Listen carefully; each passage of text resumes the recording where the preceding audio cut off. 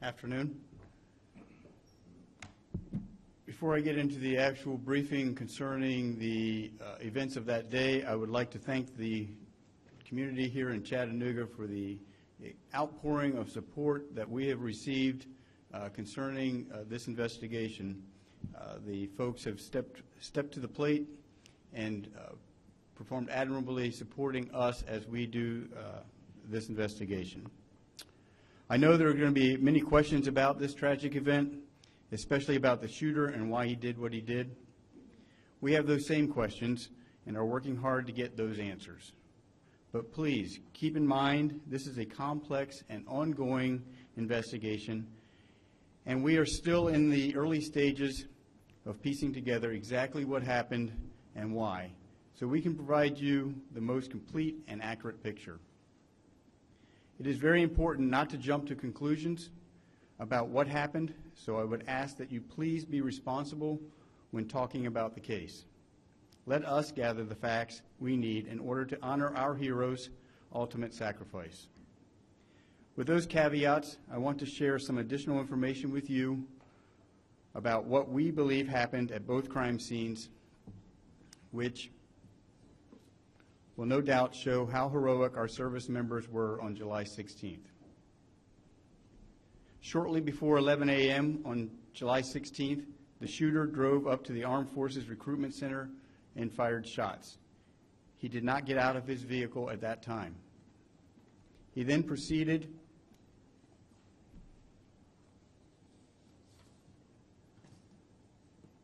to the Amnicola Highway site, where he crashed through the gate at the Naval Reserve Center.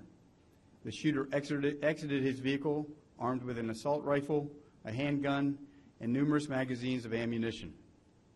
A service member from inside the facility observed him and opened fire on him, firing several rounds at him.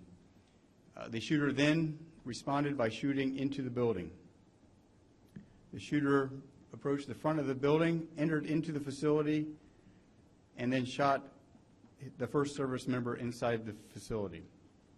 He then has made his way throughout the building, continuing to shoot at those who he encountered.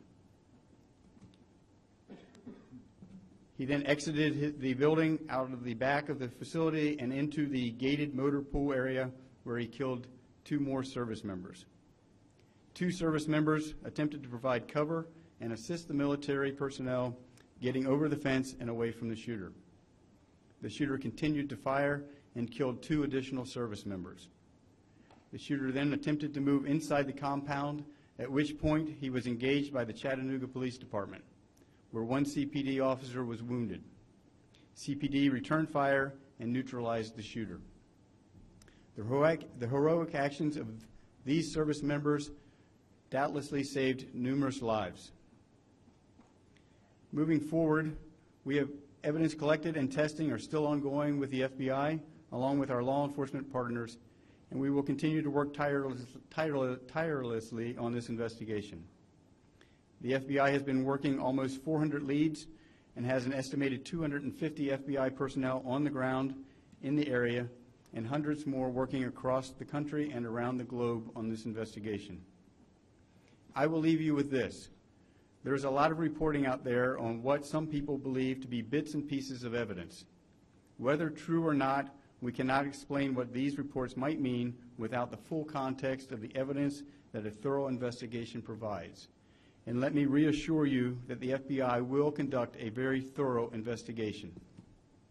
Again, I would like to thank our law enforcement partners, NCIS, ATF, and other agencies involved in this investigation, and our community partners as well as the entire community of Chattanooga for their continued cooperation and support. At this time, we will take a few questions. All questions will be answered by myself, so please do not direct questions toward other members of the panel.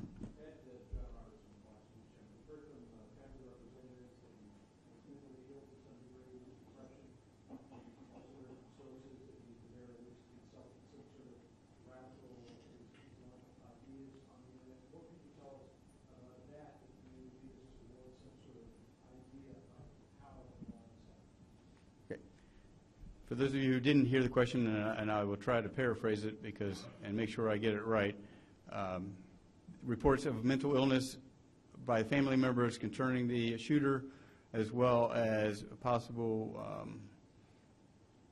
radical information on the internet that he may have observed. I'm not going to go into the details as to what we have found on the various pieces of media that we have obtained, again, because it is an ongoing investigation. As far as his mental health, we have heard the same reports, and we are investigating that to determine whether or not there is any validity to those.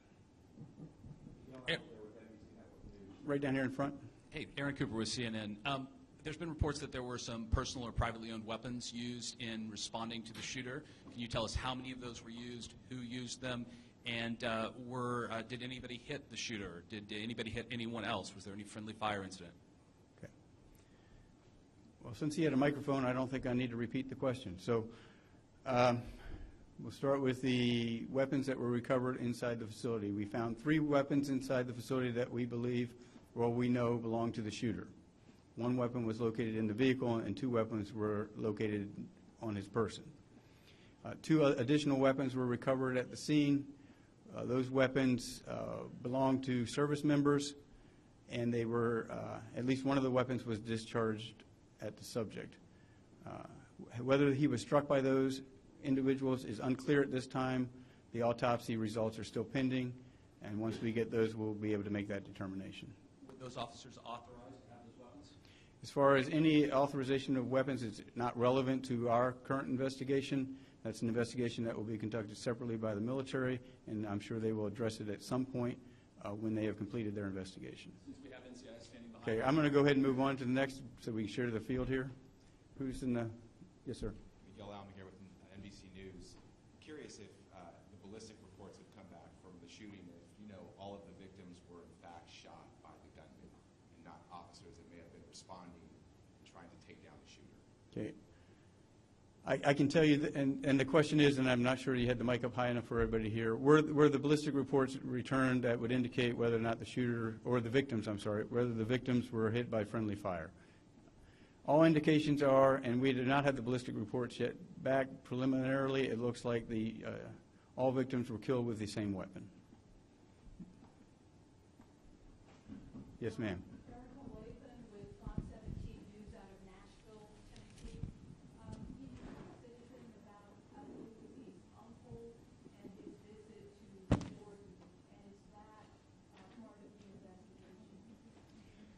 The question is, can I tell you about the shooter's uncle in Jordan, and is that part of our ongoing investigation?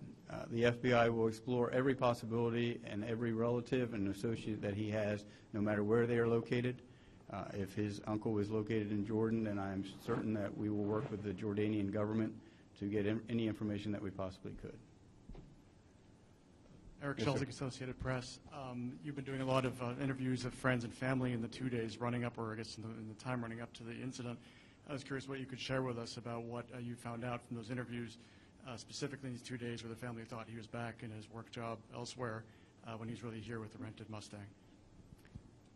So the question is, can I share with you anything that the relatives or people we've interviewed with you? At this point, no. Again, and I suspect you suspected that answer would be mine.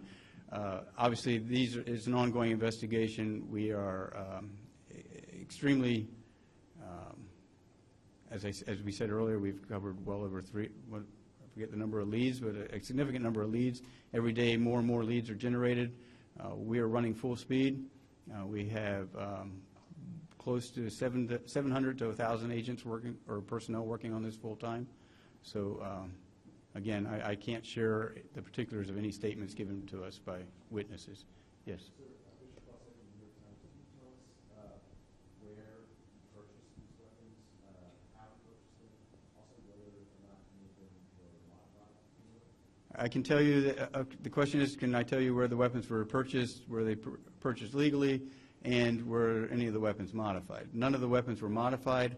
As for where the weapons were purchased, we know where the weapons were purchased, and I'm not prepared to discuss any further than that. Again, we're pursuing those leads. Yes, sir. I'm wondering if you could clarify once again where the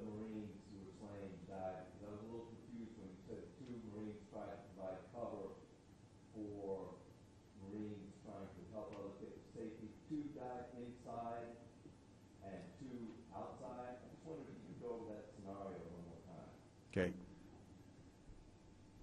One service member died inside the facility, or was wounded inside the facility. 4 service members were killed outside the actual building, so inside the fence. So four service members were killed inside the motor pool area. 1 service member was mortally wounded inside the facility. There was just some confusion because the aerial photograph that they showed 2 Marines laying outside, and you're telling me today that 4 were. I'm telling you, 4 service members were slain outside the facility, meaning the building itself, but inside the fence. 1 service member was mortally wounded inside of the facility and in the back with the. Eric Omgay from WTVC News 12. How close was the shooter to actually gaining access into the building itself? As I described the scenario here, the shooter made entry into the building, proceeded to move through the building, pursuing the sailors and Marines who were attempting to evade him. So he did make entry into the facility. Yes, ma'am. How far away were CPD officers once the shooter made entry into the gate? I know there was some time that must have lapsed. Were they already en route to that location? My understanding is that, and where were CPD in relation to where the shooter was when he crashed through the gate? The CPD was in pursuit, however, not right on his bumper. They made entry as fast as they could. Again, once inside that facility, you have to try to locate the shooter, which is difficult because obviously he is moving. So they are moving toward the gunshots, and as soon as they encountered him, they engaged him. Back over here. Lana Altman with WSMV in Nashville. There are varying reports about whether this individual was a follower of radical Islam, whether he was an extremist. In your research and investigations, have you found that he was radical in any sense and was willing to commit an act of terrorism? So the question is, has our investigation determined whether or not he was radicalized? At this point, it's too early in the investigation to determine whether or not whether or not he had been radicalized.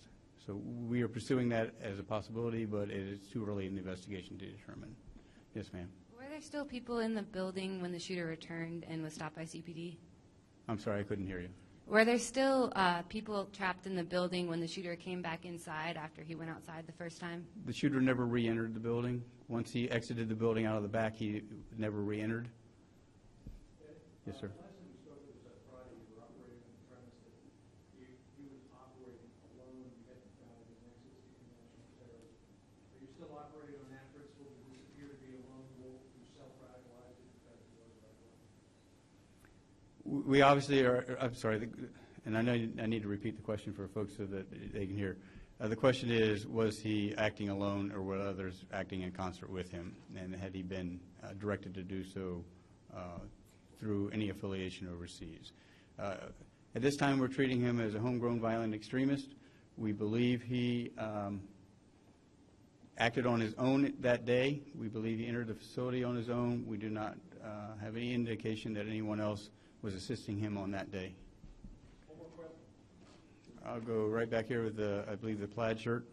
I just wanted to find out how long was the shooter active once he crashed his car into the naval facility in Pensacola? Our understanding of the timeline is the entire event from the time he crashed the gate till he finished took anywhere from 3 to 5 minutes.